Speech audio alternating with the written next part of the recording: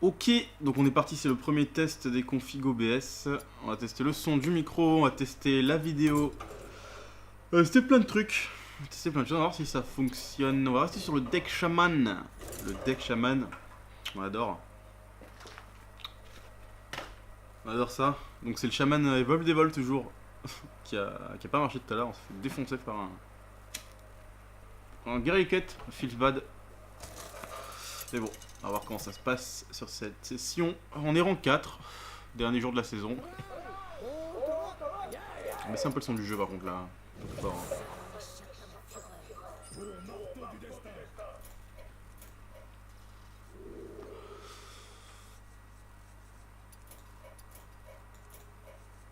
Alors, on va tout enlever. Est-ce qu'on garde le combo? C'est fort le combo quand même, et je pense qu'on gagne qu'avec je pense qu'on gagne qu'avec l'early sur les rogues. Parce que ça va être probablement du...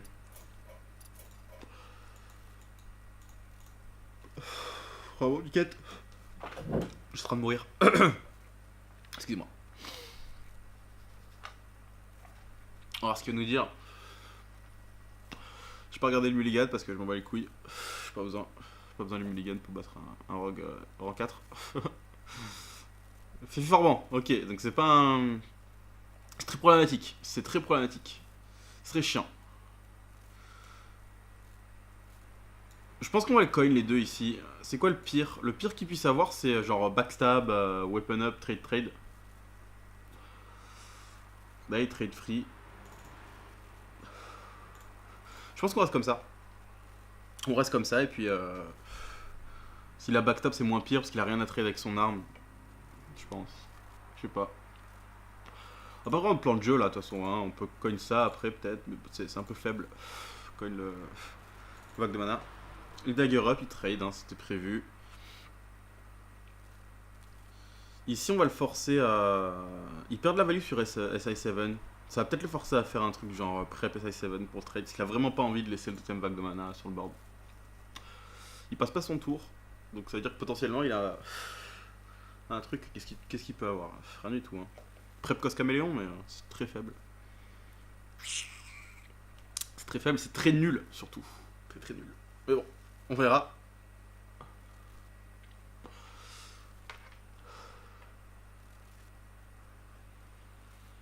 Ok, j'ai mon Octer, c'est de la merde. T'en fous.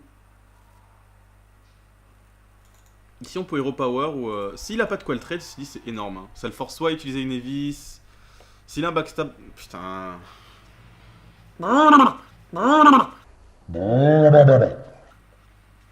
Le Nuneuil, son apparition. Je que c'est pas un match-up favorable. Si en plus je commence à draw des cartes comme ça va pas le faire. Alors est-ce qu'il a une answer? Je pense qu'il a forcément une answer. Il a forcément un tranche pétale, ok. Il a pas d'anser. C'est oufissime s'il a pas d'anser là. Ici on va aller prendre le board tranquillement.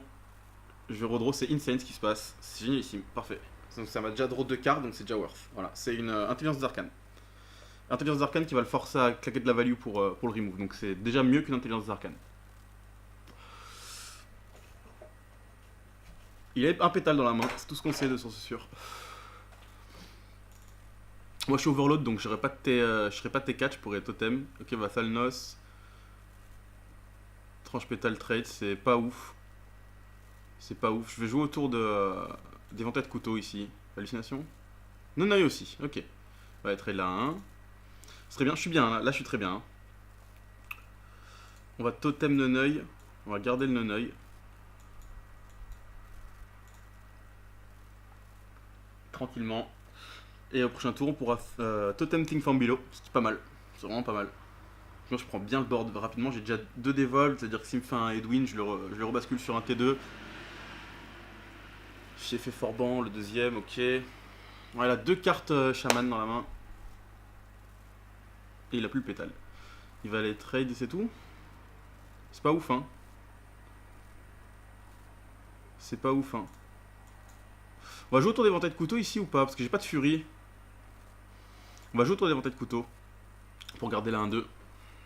Il a plus de Talnos, donc il a plus du tout de spell power dans son deck normalement.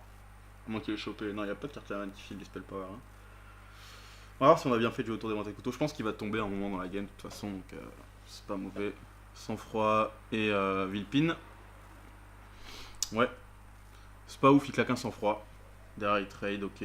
Moi j'ai un trade facile ici ou pas. Éclair de jade encore mieux. Hein. On va y aller comme ça tranquillement, on prend le board. Ici j'ai même envie de mettre la pression un peu. Hein. Je commence à lui mettre la pression. J'aurais pu Europower mais bon, ça a pas de gros hard removal ici. Il vient de claquer une Villepine, il avait pas de quoi claquer 5 de dégâts, il a potentiellement pas de claquer 3 du coup. Parce que pour les rocks c'est pareil, ils font ou 4 ou 2 donc ou 1. Et si on lui met la pression déjà c'est bien. Derrière je peux encore faire vague de mana, totem, think from below. Et je pense que j'enterre la game comme ça. Je pense que j'enterre la game à ce moment-là de la partie. Mais bon. Auctioneer, ok, ça va être très faible comme tour. Hallucination. Non, prep. Prep en tête couteau, c'est terrible. Prep Evis, ouais. Prep Evis, ok.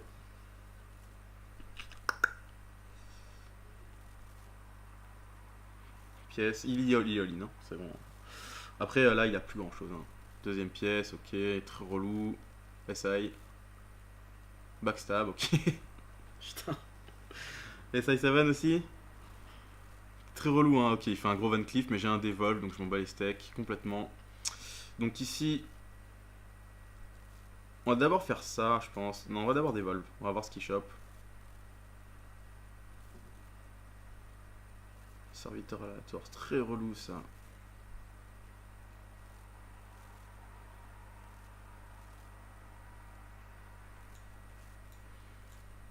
On va trade d'abord. Ok. Et ici. On va faire le gros play. Et on est bien. Normalement on est bien, je draw encore. Là il n'y a plus rien de toute façon.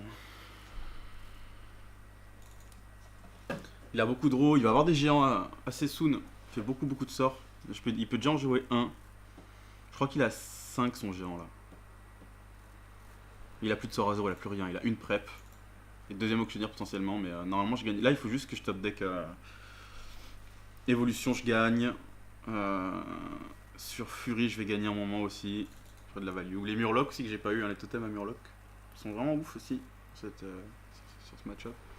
Ah, c'est pas mal, il y a eu un gros tour d'auctionnaire quand même, le salopard. Chakou, très chiant Chakou. Deuxième Villepine, casse les couilles un petit peu.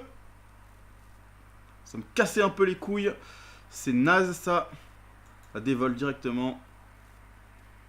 Voilà. Ouais, je vais subir ton coup, ouais. J'allais t'en parler. Hop. On va choper une thing from below gratuite. Voilà.